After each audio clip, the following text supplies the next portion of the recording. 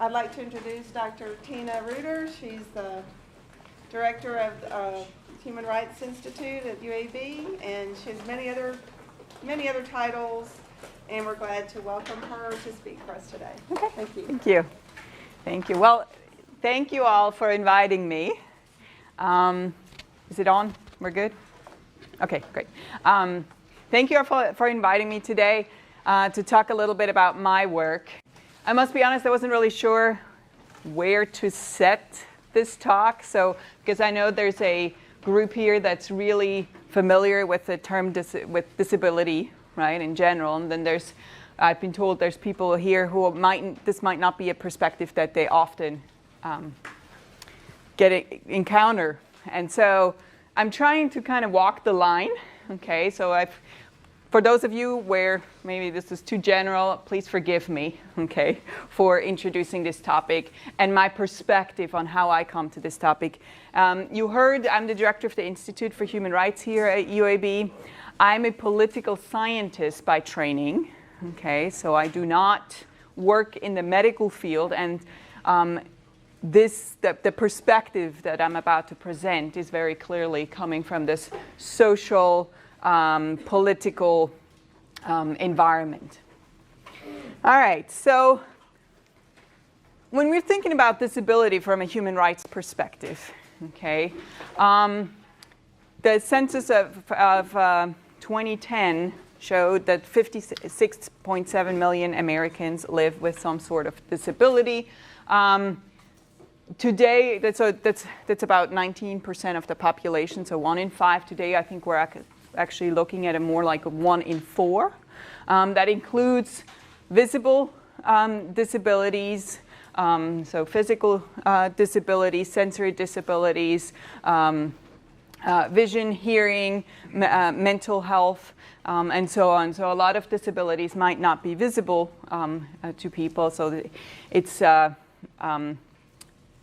the perception of how common disability is slightly distorted. So when we look at this from a human rights perspective, globally speaking, the WHO, the World Health Organization, and the World Bank came up with a study in 2011 that basically said 15% of every country's population lives with some sort of disability.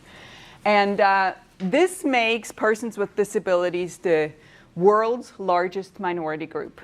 Okay, and so this is basically how we come at this topic. So basically what we're looking at is who are the beneficiaries of human rights and development, and who are those who are included. And those of you who work in the disability spectrum, I don't need to tell you that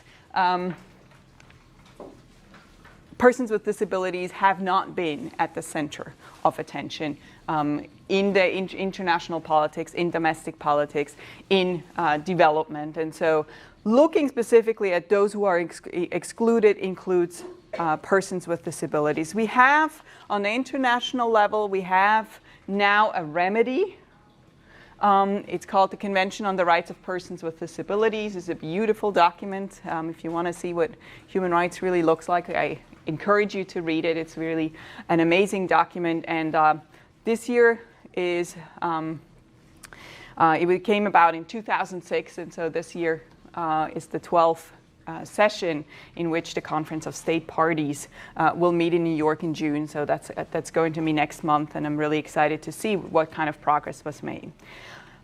Persons with disability in general are the most excluded group, especially if if we consider intersectionality. So probably the most excluded person in the world is a girl, in a black girl in the global south with a disability that has been displaced from her home. Okay, and there's many of those. And so the question of exclusion, invisibility, stigma, those are really the questions at the center of the work that I do.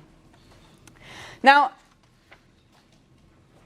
to sort of frame this discussion a little bit broader, we really need to think about how we think about disability in popular and public discourse. So this is the good news, okay? I'm starting with the good news because progress has been made in recent years.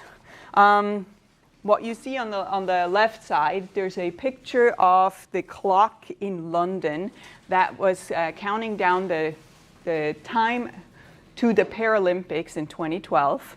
The Paralympics in London were kind of seen as a turning point in popular discourse because it was the first time where the Paralympics were shown just like the Olympics in full length on BBC Channel 4, so one of the most important ones on TV. Also, there's been more TV shows or the representation of disability in popular culture. For example, ABC's Speechless.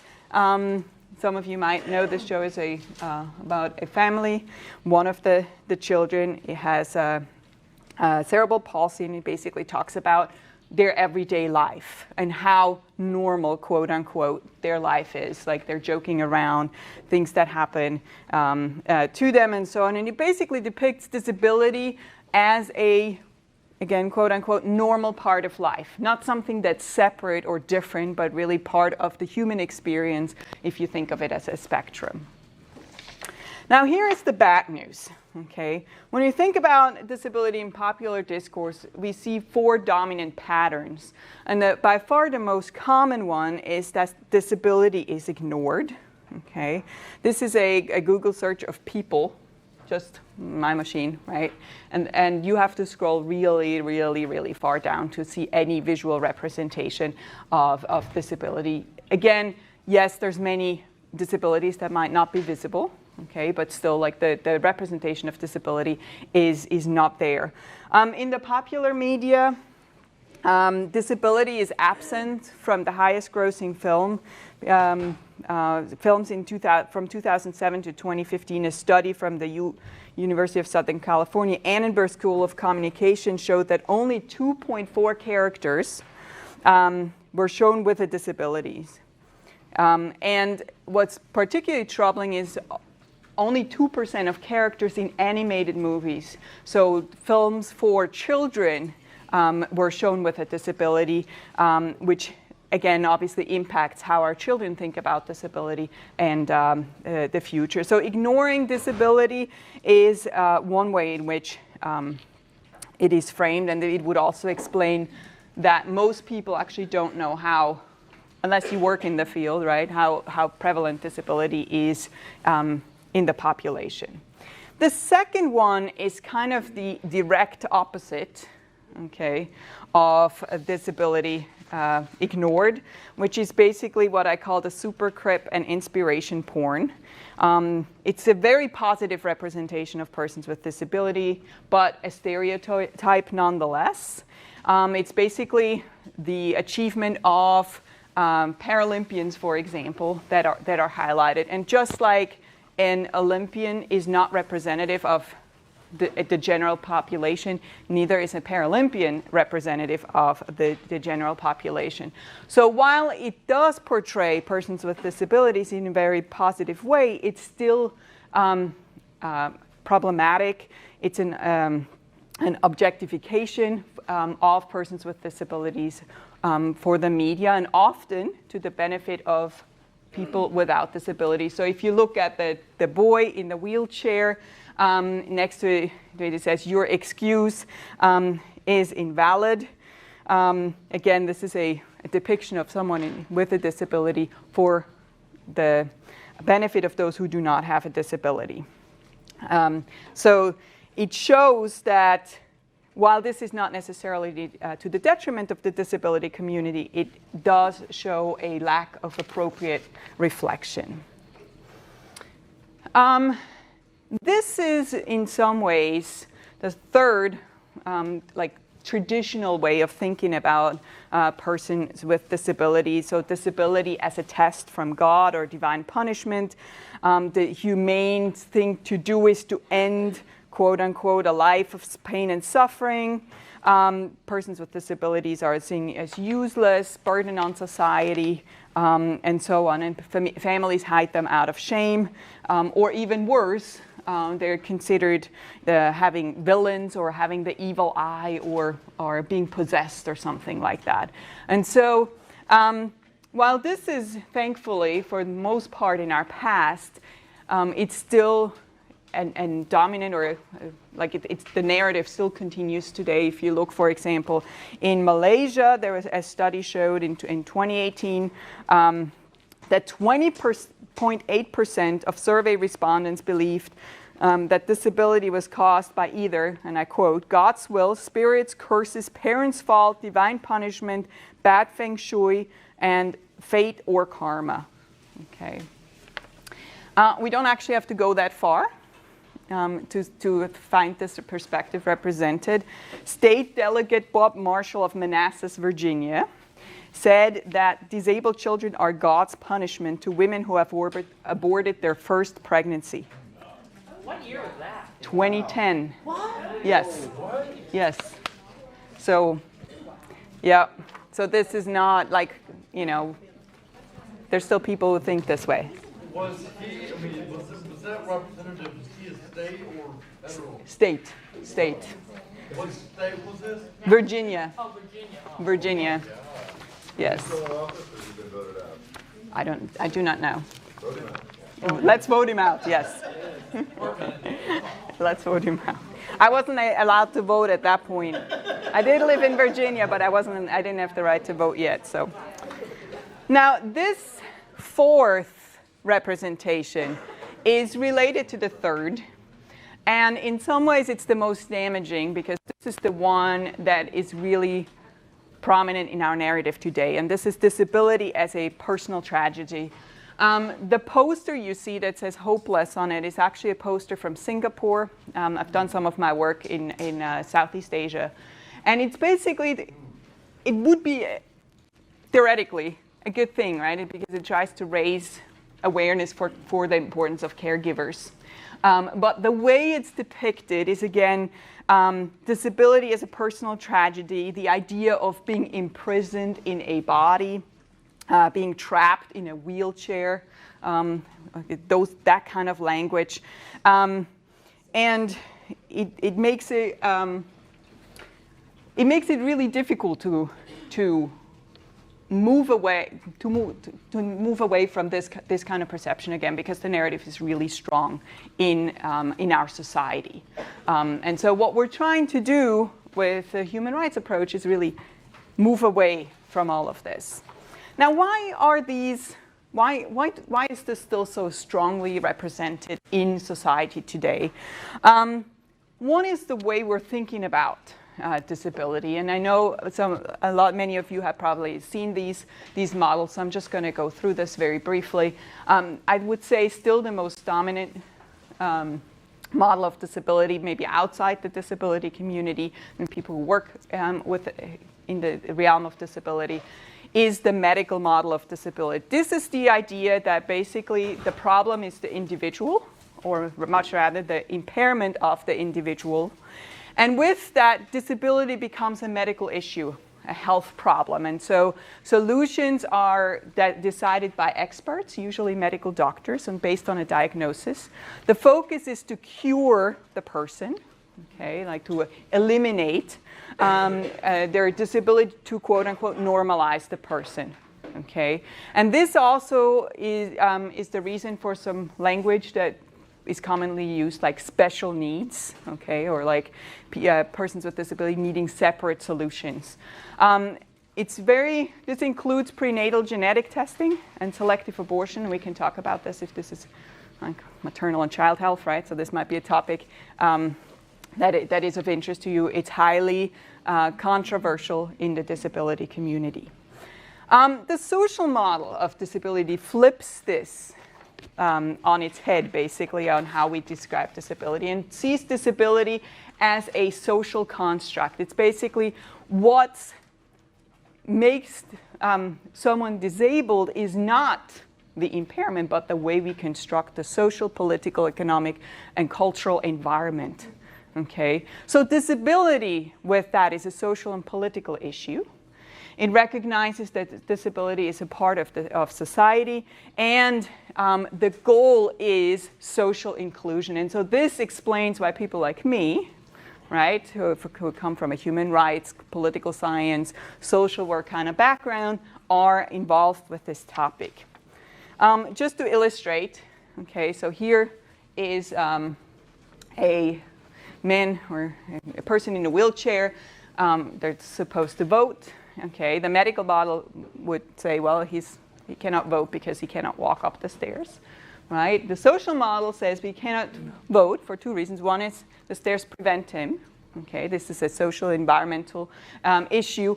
And you see the guy on top who says, sir, would you like me to vote on your behalf? This is how we traditionally have dealt with persons with disabilities, very paternalistic and very paternalistic approach, speaking for them as opposed to having them speak for themselves.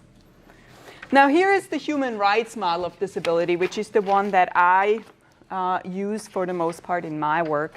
It's based on the social model. So again, it sees disability as a social construct, and it sees it as a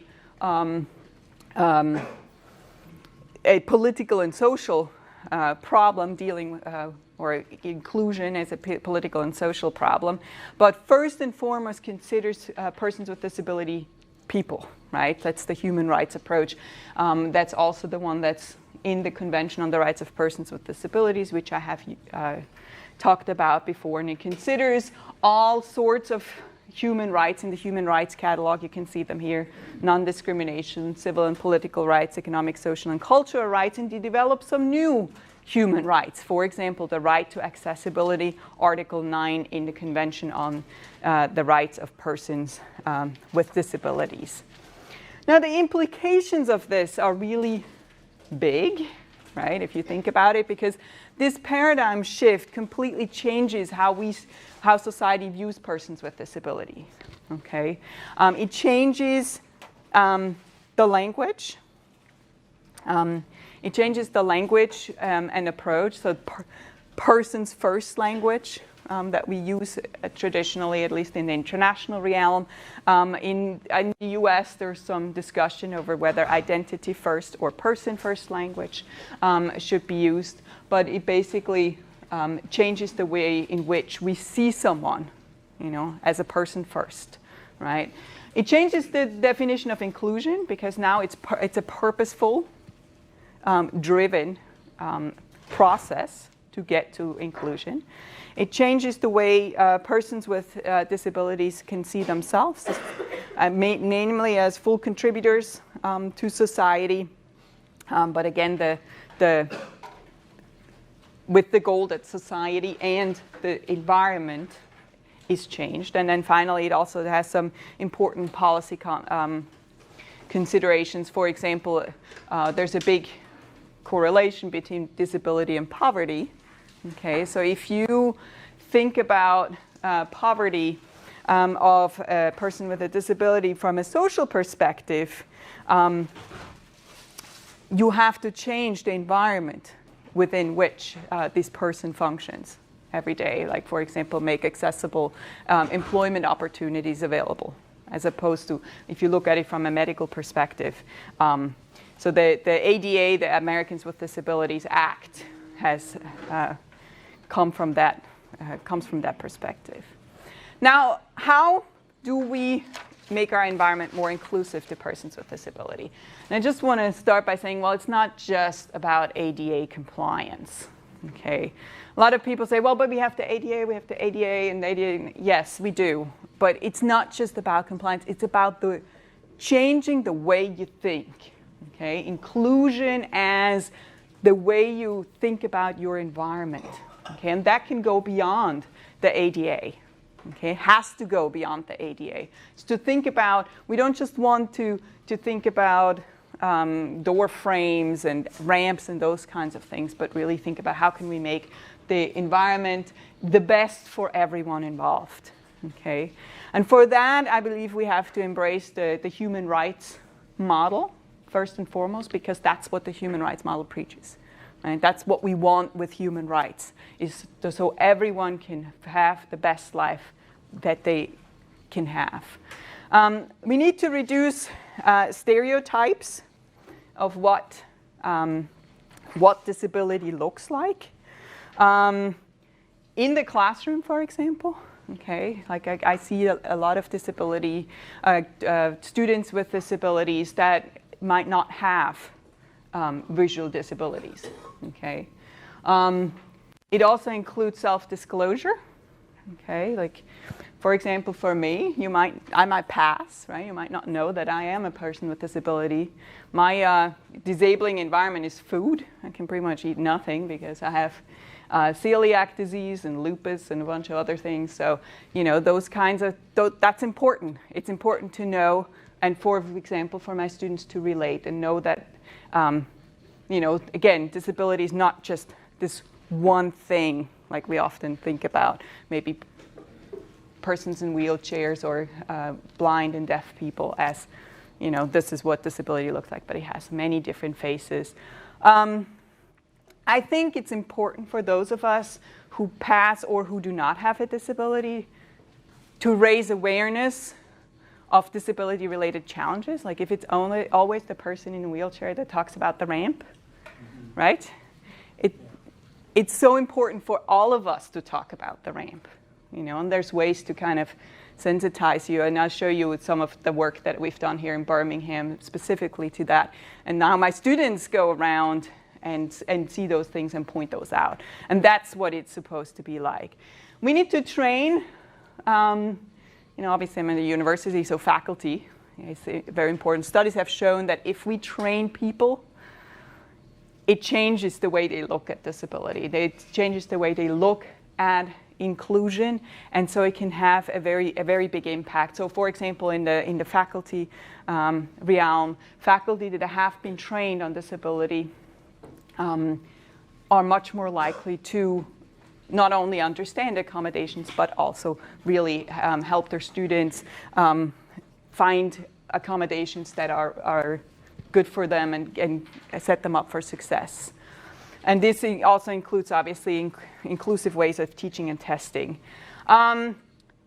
Universal design solutions, like I talk a lot to architects and engineers, and their mind is literally blown, which I'm like, there's easy ways, right, to make an environment more accessible, not just to a person with disability, but, for example, to a child, right? If you think about the door handle, like if you use not the doorknob, but the handle, more people can actually open the door. And even if you have, I often carry a load of papers or something, even I can, use my elbows, or your cat can go through.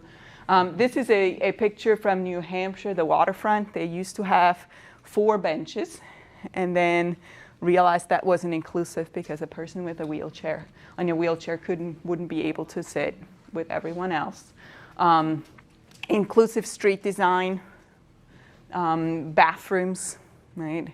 I know some of you attended this event. We had an event last summer, about how you could design private residency inclusively for an additional $600. It takes $600 to design a house that is inclusive.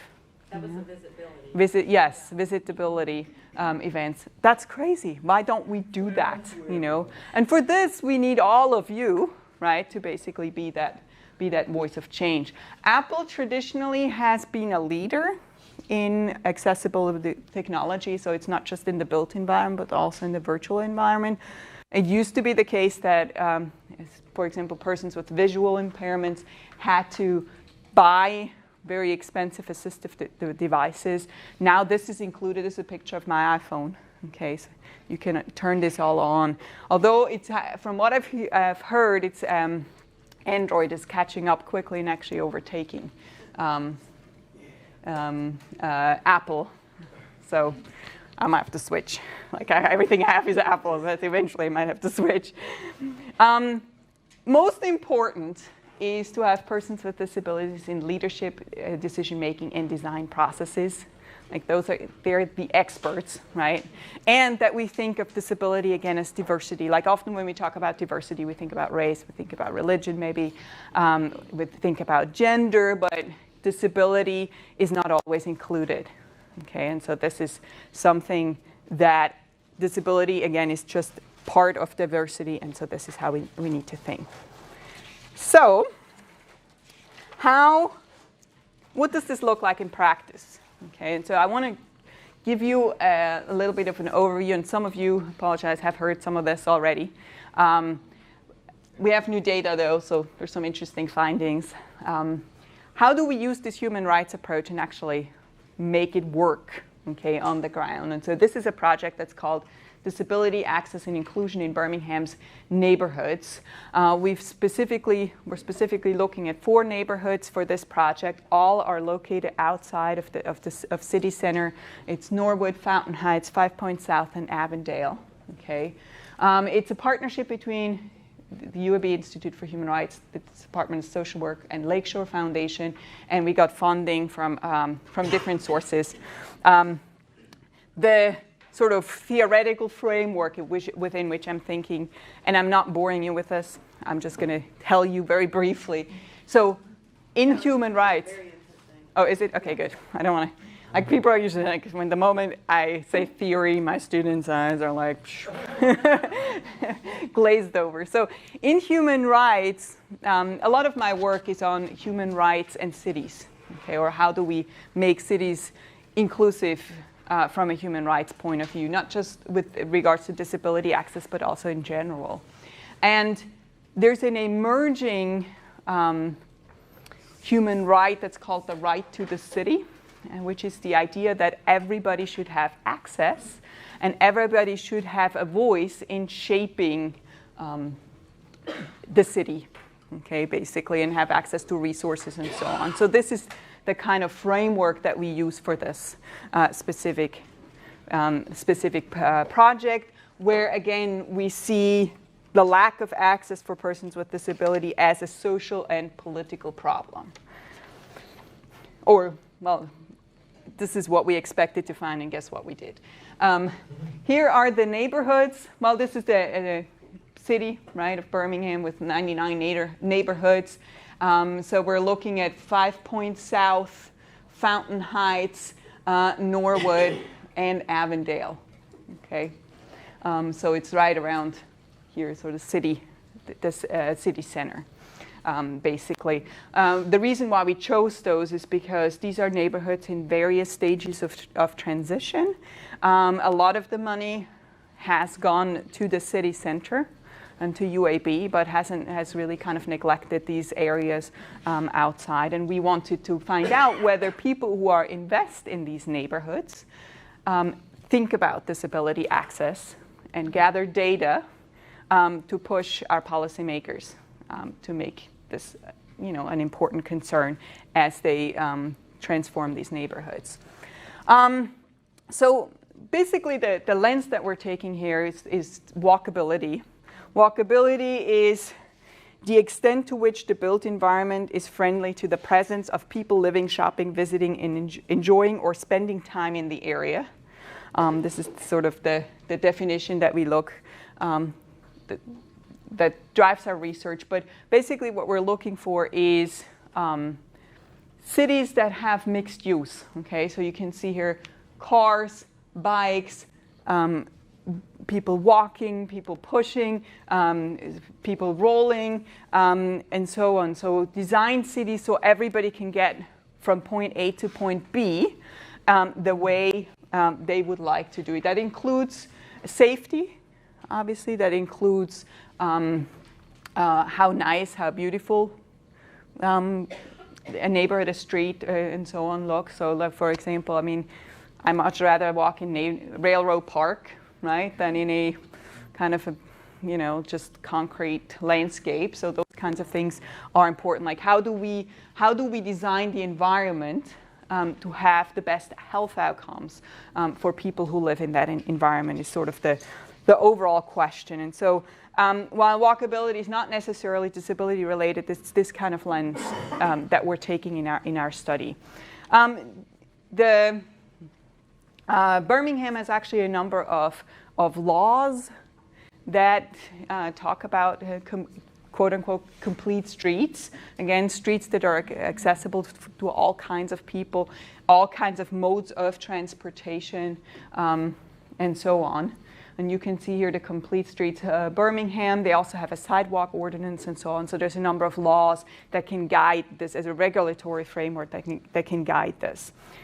This is phase 1, okay? In phase 1, which was, I can't believe it, a year ago, we basically did an assessment of the walkability of the 4 neighborhoods. We used a walkability tool. It's basically a questionnaire that you walk basically a designated area on a map, and then you note what you see in terms of ramps, in terms of safety, in your personal perception of the neighborhood and so on. So there's a whole list of things that you look at, and you look, for example, we specifically chose routes that people would actually take, for example, from their house to a school or to a store or to a park and so on. And here is what we found. Let's see if this works. Yeah.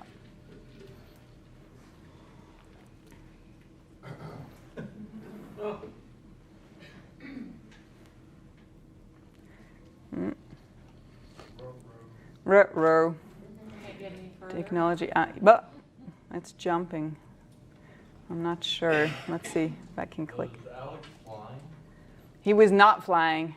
He was walking. I don't know what's happening here if I need to click. Oh, construction fence? Yes. Let's see. Okay, maybe this time. Otherwise, we'll skip this if it doesn't work. But it shows you the kinds of things that we looked for. Yeah, no, it doesn't seem to work. So I can tell you a little bit. We looked at sidewalks, we looked at crossings, we looked at safety, and we found a lot of, let's see if this one works better. We basically, we trained students to do this. Yeah, no, I'm sorry about this. Like usually this is no problem. It might be because we downloaded it and it didn't download. So, yeah, so basically we were looking at things like curb cuts, feel, environment, and so on, and gathered data from the assessment tool and took pictures, as you can see, on a specifically designated route. Is this the same? I think this is the same, right? Yeah. Yes. It was a great project, by the way. Mm-hmm. And you did this, I guess, it was last summer. Yes. Right? Mm-hmm. Before they did all the construction with 5920. Yes, right? and I can see how much worse it is and now. So I guess the question is, the city and the state Right. and they're involved, is how are they going to make that path of travel, which has always been very dangerous? Right. Any pedestrian, right? Right. Going say from one, I guess, south of 2059 up to the north, Mm-hmm. the north side. Yeah. If we hadn't had conversations with them down at the, I guess with the Department of Transportation, what are they going to be doing to ensure that all those streets are accessible? Yes. All the way, say, from 12th, I guess, all the way up to maybe 31st. Right. You know, Right. to get across. Yes, which they are not at the moment. Yeah, right now, nobody can. Nobody. You know, Yes, yeah. no, absolutely. Well, and it's interesting because actually the city of Birmingham has a map where every single cracked sidewalk is indicated, but it's not public. It's not public. And so one of the things we're going to do is lobby that this is actually going to be public knowledge, and that we can use this data basically to inform our mapping tool, which I'll talk about in just a second. And I think that, that is very good that you brought that up, because I often travel, especially down Fifth Avenue and, often up 31st Street a lot, a lot going to and from work. Right. Especially Railroad Park. And a lot of the sidewalks are not, like you said, right. with the cracks. Right. It's very problematic at times for Yes. people to get around. Yes. And to have this brought to the forefront, that would be a great idea. Yes, no, and that's what we're trying to do also with the data collection. So this is the second phase. I'll finish and then we can have it. I love your input. So I'm happy to answer any questions or again have your input too. The second phase, what we wanted to find out is how do residents feel about accessibility in their neighborhoods, both persons with disability and persons without disability. So it's generally neighborhood residents. And what we used is the Neighborhood Environment Walkability Scale, which is a survey that basically asks you what are the sidewalks like? The sidewalks are in good shape, and then you have to say it's a scale from strongly agree to strongly disagree, sort of. And there's a number of 107 questions, and we adapted it to add specific disability-focused questions in there. Okay, and so this is what we found. Okay, currently we have 71 respondents. So 32% Avondale, 31% Fountain Heights, 27% Norwood, and 8% 5 Points South. So the data collection in that 5 Points South is ongoing, and I'm excluding them from what I'm about to say. The median age is about 33, which is plus minus the median age of Birmingham, which is 34. Okay. Depends on the neighborhood. So Fountain Heights, for example, is an older neighborhood, or the average age is older, it's 42, whereas in Avondale, it's around 30, okay? 53% women, 45% men, and 1.5% non-binary. 13% of respondents have a leadership role or a participatory role in a neighborhood association. So this was the first stop for us, is asking these neighborhood associations whether they would partner with us on that. And then 8.5% of respondents identified as having a disability. And as you can see, obviously, this is lower than in the average population. Okay. Now, here are some interesting results. As we expected, most people are not able to walk to a grocery store, fruit, vegetable, farmer's market, school, or government building in less than 20 minutes. Okay, 52% overall have a 20-plus minute walk. Obviously, that's a problem. Okay, it doesn't help with the walkability, because walkability is usually destinational walking, right? Unless you go out for exercise or something like that, you want to encourage people to walk from point A to point B. A majority, like here, actually, this is a map. I just put up a Google map with the grocery stores, and you can see in the neighborhoods that we looked at, Norwood, Fountain Heights, 5 Points South, which is down here in Avondale, there aren't really any markets there. And interestingly enough, there was also a pretty big difference depending on the neighborhood. I'm using Avondale and Fountain Heights, for example, here.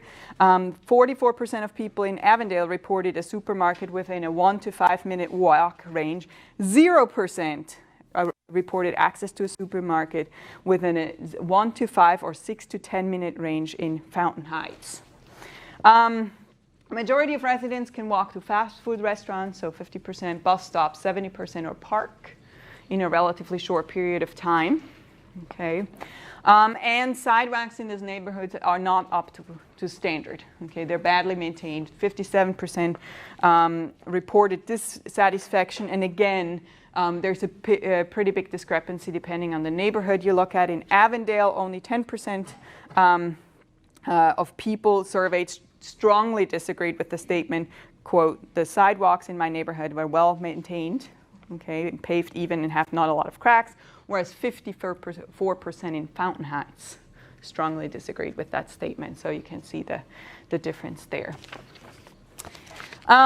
These are things that are not disability related, but really kind of throw us off. So we need to do more research on this. Most people see their neighborhoods as relatively safe in terms of crime. So even in Fountain Heights, where we do have the highest crime rate of the 4, and they worry about speeding drivers. This one, the majority of people likes the social aspect of the neighborhood. Really surprised us, because we asked the question, I see and speak to other people when I'm walking in my neighborhood, and 76% of people said, yes, I do that, which surprised us. Awesome. It's great, right? And so we need to know more about, well, who do you talk to? Like, who do you meet? And 2/3 of people consider the neighborhood a good place to live, which is also a great sign. Interestingly enough, in Avondale, that percentage of dissatisfied people was much higher than in Fountain Heights. And the research would predict otherwise, because standard of living is much better in Avondale as compared to Fountain Heights. So 47% in Avondale were satisfied or strongly satisfied, whereas 76% of people in Fountain House were satisfied or strongly satisfied. We don't know yet why this is. Preliminary thoughts are maybe, Avondale's transitional neighborhood has more outside people moving in with different expectations. There's also a difference between North Avondale and East Avondale and South Avondale, whereas Fountain Heights has a lot of their traditional residents where maybe expectations are different, but this is something we need to look into. Disability specific, most people do not consider the sidewalks wide enough for wheelchairs or the crossings safe for persons with disabilities. And a large majority of residents point out the lack of benches or public seating opportunities. So not only are destinations, places where you would like to go are really far away, but there's no way for you to maybe sit down and rest for a moment to get there. So this is a really big problem. Dr. Reuter? Yes. I know you're on the roll, and I'm so sorry to interrupt. No, please. But this sidewalks hit on a touchy nerve with me because I live on 5th Avenue South right now with my wife. Bristol condominiums, right behind Kirkland. And at one time, did you know that the 20th Street next to Bristol, going this way vertically, the sidewalks were closed and actually gated. I mean, there was a chain link fence around the sidewalk. Right. The 3rd Avenue in front of Publix, that whole block was closed off. Right. And at the same time, the block across from Publix was closed. This was all during the same point in time. Right. So, I mean, how does individuals? Nobody's communicating with anybody. No. There's no planning. And it's just not at the forefront of people's minds. Like, again, when I talk to architects, when I talk to urban planners, they're always sort of like, well, but the ADA, I'm like, yes, but think about it ahead of time, right? They Like, want money. yes. Well, it's also, they're not a priority. It's not a priority. It's not a priority, even though, again, like, especially if we include older persons, right, the population that might need a shorter way to go is actually much bigger. Just want to end, I promised my last slide, I wanted to give you a sense of where we're heading. We really need to do a qualitative portion of the Birmingham study. So if you know anybody living in this neighborhood, especially someone with a disability, we'd love to interview them to get an idea of what their life is like, what their perception is like. And we are working on policy recommendation because, again, in the end, the goal of is not only to just have nice research, but to really bring policy recommendations and change the way things are done. We're replicating the study in Lima, Peru, because we're interested in how we can use these tools to do changes in the global south.